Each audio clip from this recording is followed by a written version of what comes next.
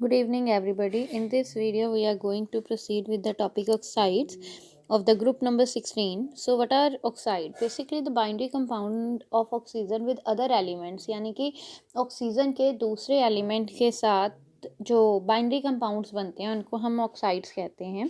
जो ऑक्साइड है वो मेटल से भी कंबाइन हो सकता है, जैसे Na2O that is a sodium oxide. In the similar way non metal से भी हो सकता है, जैसे SO2. Sulfur is a non-metal and it forms the compound with the oxygen known as the sulfur dioxide. You can also form the sulfur trioxide.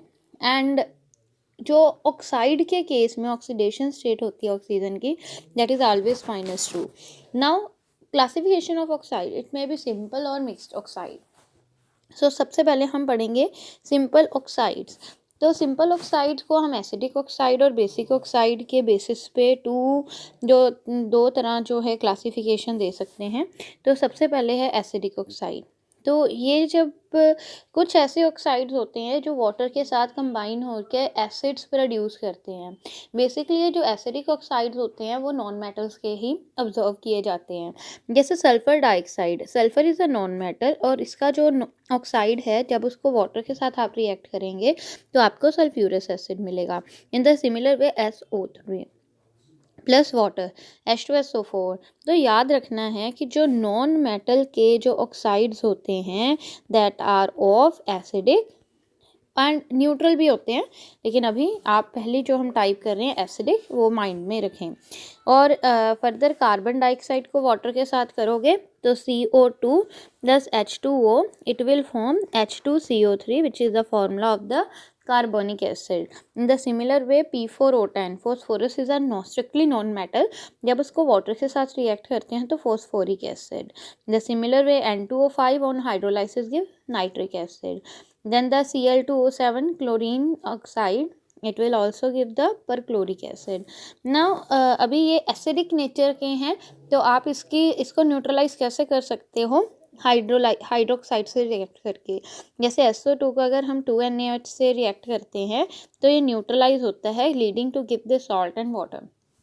तो आपको पता होना चाहिए ये न्यूट्रलाइजेशन रिएक्शंस कौन सी होती हैं. न्यूट्रलाइजेशन रिएक्शंस वो होती हैं जो जब एसिड बेस के साथ रिएक्ट करता है तो आपको salt plus water as a product they.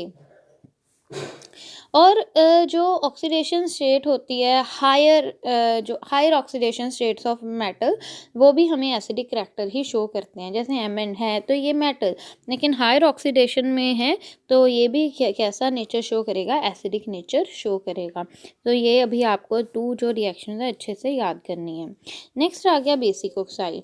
Basically जो बेसिक ऑक्साइड्स हैं वो हमें जो हैं मेटल्स देते हैं. तो जब आपके जो मेटल ऑक्साइड जब रिएक्ट करेंगे वाटर से तो वो आपको देंगे हाइड्रोक्साइड्स. तो मतलब मेटल ऑक्साइड जब वाटर से रिएक्ट करेगा तो वो आपको क्या देंगे, बेसिस. तो इसलिए हम इनको क्या कहते हैं, बेसिक ऑक्साइड. तो हमने कुछ एग्जांपल जैसे Na2O plus H2 it will give 2NaOH. MgO plus H2 it will give you the MgOH twice. तो अभी बेसिक ऑक्साइड जब एसिड के साथ रिएक्ट करेगा तो ये भी क्या बनाएगा, सॉल्ट वाटर. यानी कि ये जो रिएक्शन हम कर रहे हैं ये कौन सी रिएक्शन है, न्यूट्रलाइजेशन रिएक्शन. तो Na2O is a basic oxide and when it react with the acid it will give you salt plus water which is in the form of the hydrolyzation reaction. Next is the amphoteric.